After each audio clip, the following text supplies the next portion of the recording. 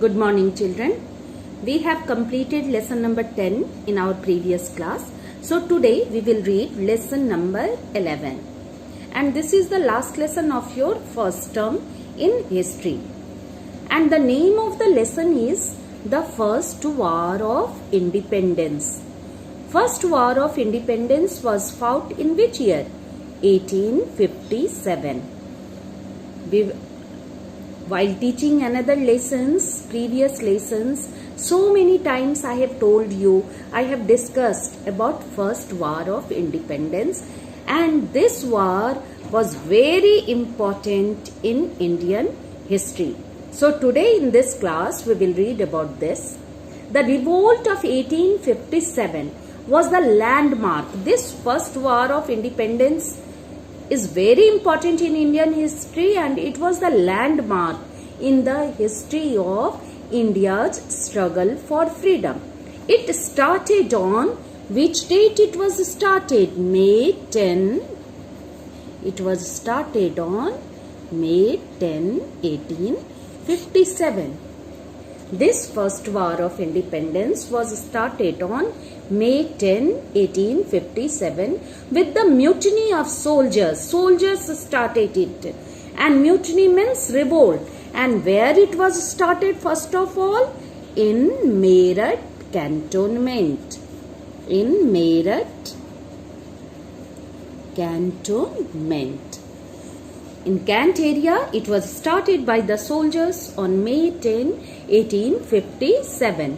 The revolutionary soldiers, the soldiers who started this revolt on May 10, 1857 at Meerut cantonment, they marched towards Delhi. From Meerut, they marched towards Delhi. And on which date? On May 11. May 11, 1857. Delhi was a mute witness to a band of sepoys who crossed over the river Yamuna. You must be knowing, Yamuna river flows in Delhi. So the soldiers from Meerut, they started coming down to Delhi by crossing the river Yamuna and entered the Red Fort. Red Fort, you must be knowing where it is. In Delhi, Red Fort. They appealed to the aged Mughal emperor. Who was the Mughal emperor in Delhi? Last Mughal emperor. Bahadur Shah Jafar II.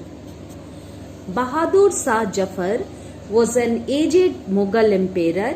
They appealed, these revolutionary soldiers appealed to Bahadur Shah Jafar to take over the leadership of the revolt. Means the revolt of First War of Independence. Who was the leader of this revolt? Bahadur Shah Jafar II. And he was an emperor without any authority to take over the leadership of the revolt, and he was proclaimed, Bahadur Shah Jafar II was proclaimed as Shahan-Shah-e Hindustan. Shahan-Shah-e Hindustan.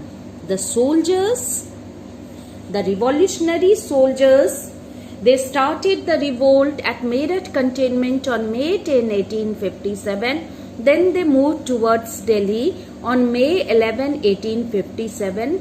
They went to Red Fort. There they declared Bahadur Shah Jafar II as their leader of this revolt. And Bahadur Shah Jafar II was declared as Shahan-Shah-e Hindustan. The sepoys means soldiers. That's why this revolt is also known as sepoys. Sepoys means soldier, and this revolt was started by the soldiers. That's why this revolt is also known as Sepoy Mutiny. The sepoys captured the city of Delhi. They killed many Englishmen and ransacked many public offices. Then Ransacked means searched thoroughly. Many public offices, they searched it. Then, though the revolt was started by the Indian soldiers in the service of the East India Company, the soldiers who started this revolt, they were the soldier in East India Company. But this revolt was supported by all the sections of the society. It soon spread to different parts of the country. It was started at Meerut, but it soon spread to different parts of the country and different sections of the societies. Like sepoys started it, then peasants also joined. In the previous lesson, we have read that farmers, due to their agricultural policies, peasants were suffering, so they also joined. Then the artisans, they also joined.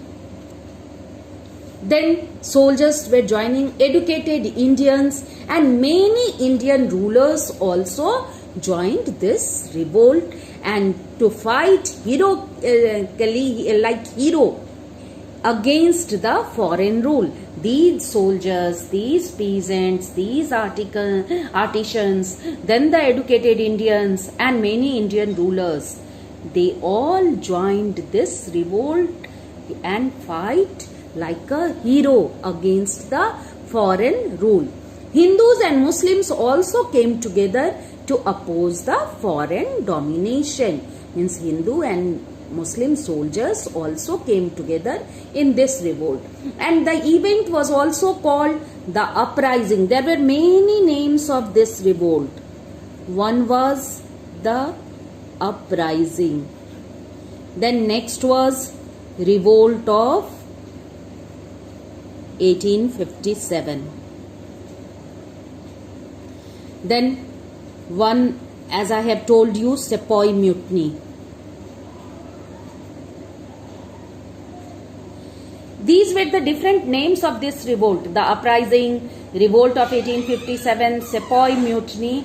But this war, our Indian historians call it the first war of independence. Because why do the Indian soldiers call it first war of independence? Because it was the first time that different sections of Indian societies, in the previous lessons we have read, farmers also revolted against the Britishers, tribals also revolted against the Britishers, but it was the first time that the different sections of Indian society, like sepoys, peasants, artisans, then Hindus and Muslims, then educated Indians, then soldiers, they all joined, united and joined together, and they fought as one nation to throw off the shackles of foreign domination. Means now all the sections of the society, they wanted to throw this foreign domination.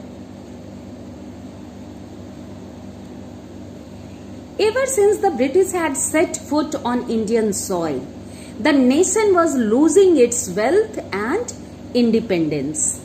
Why?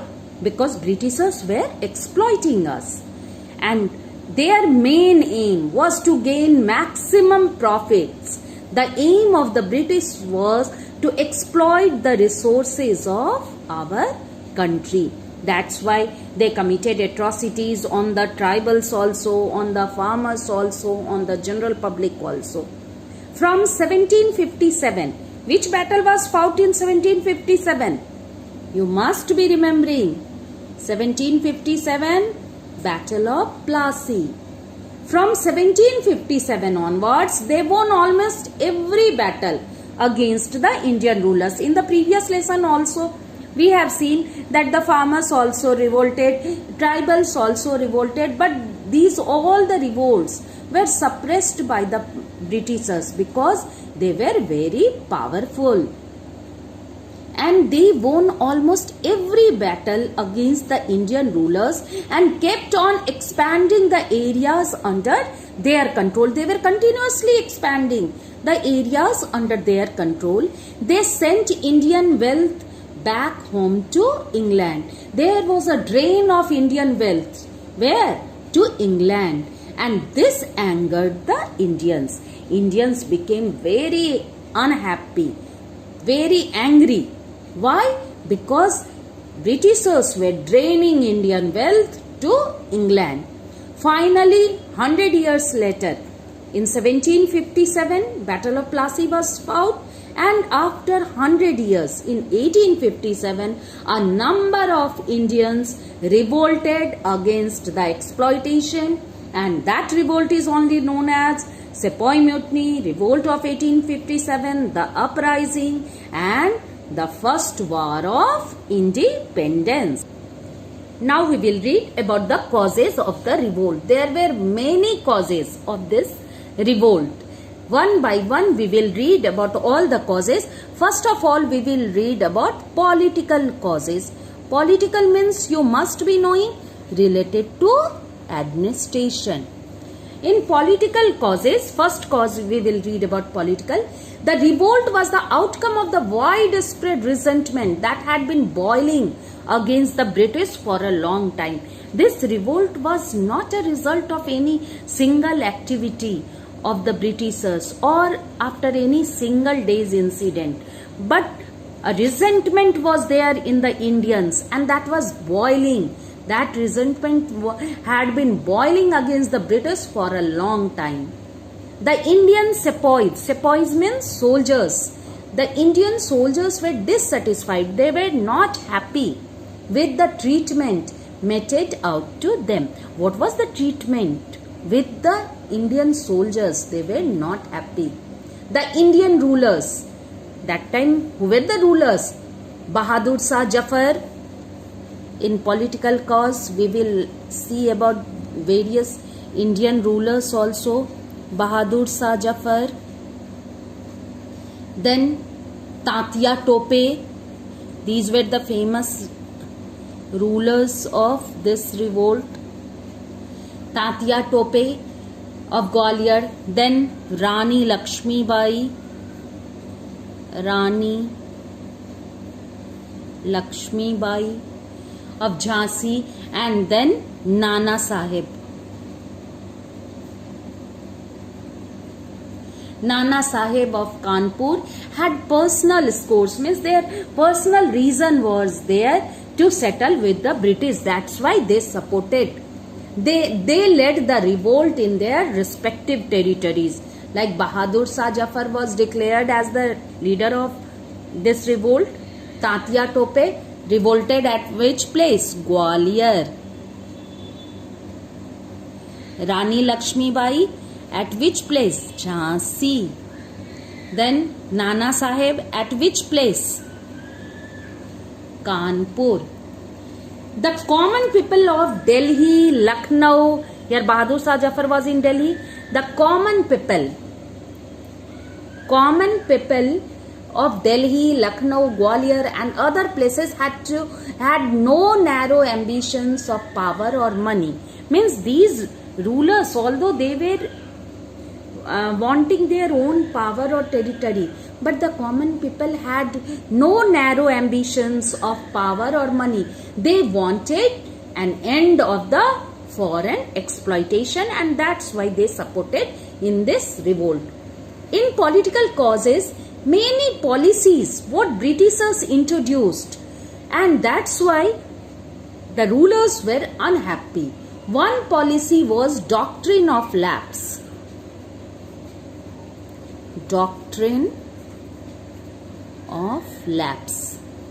This policy was introduced by the Britishers, and this policy was related to annexation. Annexation means joining of the territory, and this policy was introduced by whom? Dalhousie.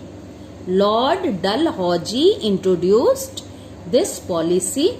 It created fear and resentment among Indian rulers, because according to this policy, if any Indian ruler dies without leaving his own natural heir, then his or her territory was to be annexed with the British territory, and that's why it created fear and resentment among Indian rulers. They were not allowed to adopt anyone for throne. And this policy ensured that those kingdoms where the kings did not have natural heirs means their own son or daughter. If the king did not have their own sons or daughter, then their territory would be taken over by the British after the demise of the king. After the death of the king, their territory will be annexed by the Britishers. They were not allowed to adopt son or daughter. And it is believed that if the British would have not snapped the compensation the kings were paid earlier in return of a share in government, the kings would not have joined the revolt. Means kings joined the revolt. Why? Because the Britishers, they took the compensation also. Earlier the kings were given compensation, but the Britishers took that compensation also. They snapped it. And that's why the rulers joined against the Britishers in this revolt. Then the British signed many treaties, many agreements with the kings and nawabs. They signed many agreements, but at the same time they violated also as per their own convenience. And one such treaty was signed with Awadh, was subsidiary alliance. In the previous lesson I have told you, subsidiary alliance. In which year this treaty was signed? 1801. Britishers made various treaties or agreement with the Indian rulers, but as per their own convenience, they violated also it. One such treaty was signed with Awadh. A subsidiary alliance was signed with whom? Which state? Awadh. The Nawab Wajid Ali Shah, according to this treaty, the Nawab Wajid Ali Shah was compelled to accept the permanent British army within the territory. Means one British resident was to be kept and for the protection of the territory, and they had to pay a subsidy for its maintenance. Subsidy they were giving to the Britishers. But the main intention of the Britishers was to keep an eye on the Indian rulers. He could not recruit any other European in his service without prior approval. He had to station a resident. Wajid Ali Shah had to station a resident in his court, which reduced the power of the Nawab, because that resident was Britisher and he was doing spy. His main work was to inform the Britishers about the activities of the Nawab. And gradually the Indians lost all trust in British. As Britishers were violating this treaty or agreement, whatever they did, and that's why the Indians, the rulers, they lost all trust in the British. Awadh had been an ally of the East India Company for nearly a century. Still, it was annexed on the plea. Means Awadh was with the Britishers. Means it was helping the Britishers, but then also Britishers joined Awadh. On which plea? On plea that the government was not functioning properly. But it was only a simple excuse to annex Awadh. The Nawab was exiled to Calcutta. Exiled means it is a type of punishment in which someone is sent out of his own kingdom. So Awadh, Nawab Wajid Ali Shah, he was exiled to Calcutta because his kingdom Awadh was annexed by the Britishers, and Begum Hazrat Mahal took over the reign of Awadh. This shocked the other rulers. After exiling Wajid Ali Shah, Begum Hazrat Mahal took over the reign of Awadh, and it was shocked. Many other rulers were shocked. Lord Dalhousie, who introduced which policy? Doctrine of lapse. Lord Dalhousie was appointed Governor General of India in 1848. He was appointed Governor General of India in 1848. Governor General he was appointed, and the 8 years of his rule are considered the greatest period for the expansion of British power in India. Means he was a greatest annexionist. Annexionist means, annex means what? Joined. He joined Indian kingdoms into British territory. So he was very beneficial for the Britishers, and in his 8 years of rule, it was the greatest period for the expansion of British power in India. So this was the very first cause, political cause. Now second cause we will see, that is economic cause.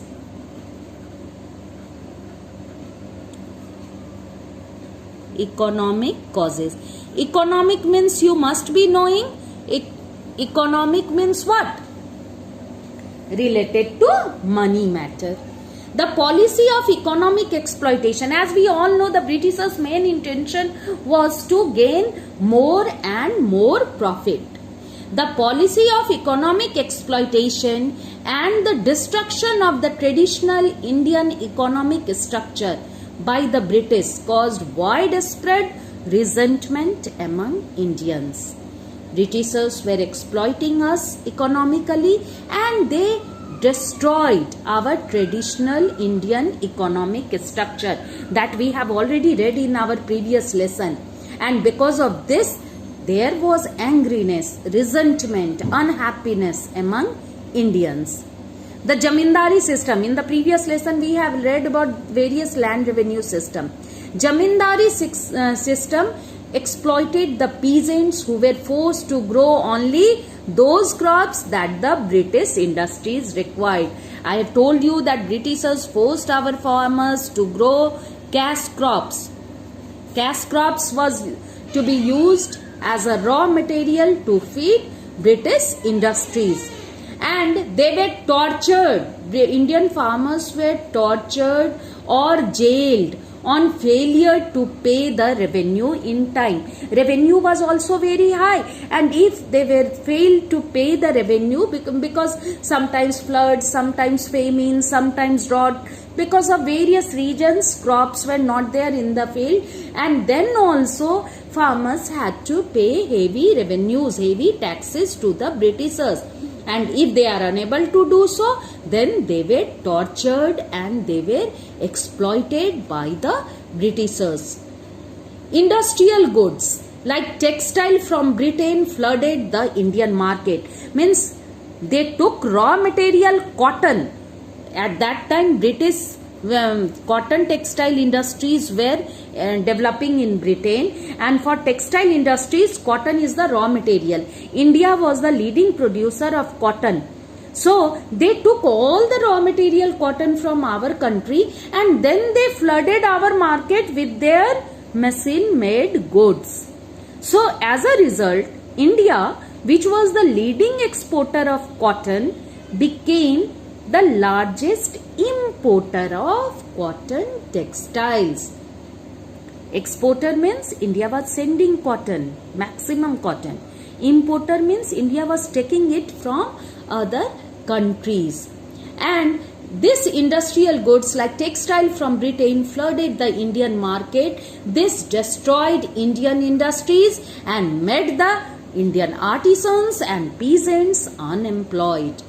Whenever the princely states were annexed, princely states means the states which were ruled by the small kings or Raja, the British got rent-free land and huge amount of money. They were joining princely states, and then land also as well as money also they were getting. The common people faced unemployment and poverty. Because of this Britishers' policy, unemployment was there, poverty was there. When Awadh was occupied by the British, Nawab's officials were dismissed and his army was disbanded, and about 60,000 professional soldiers lost their livelihood when Awadh was annexed by the Britishers. So it was the economic cause of the 1857 revolt. There were many other causes that we will read in our next class. For today, this much only. and your homework is to read lesson number 11. Today no written homework I am giving, only you have to read lesson number 11 properly, so that whenever I will teach you, you can understand it very easily and nicely. So that's all for today. Goodbye and thank you.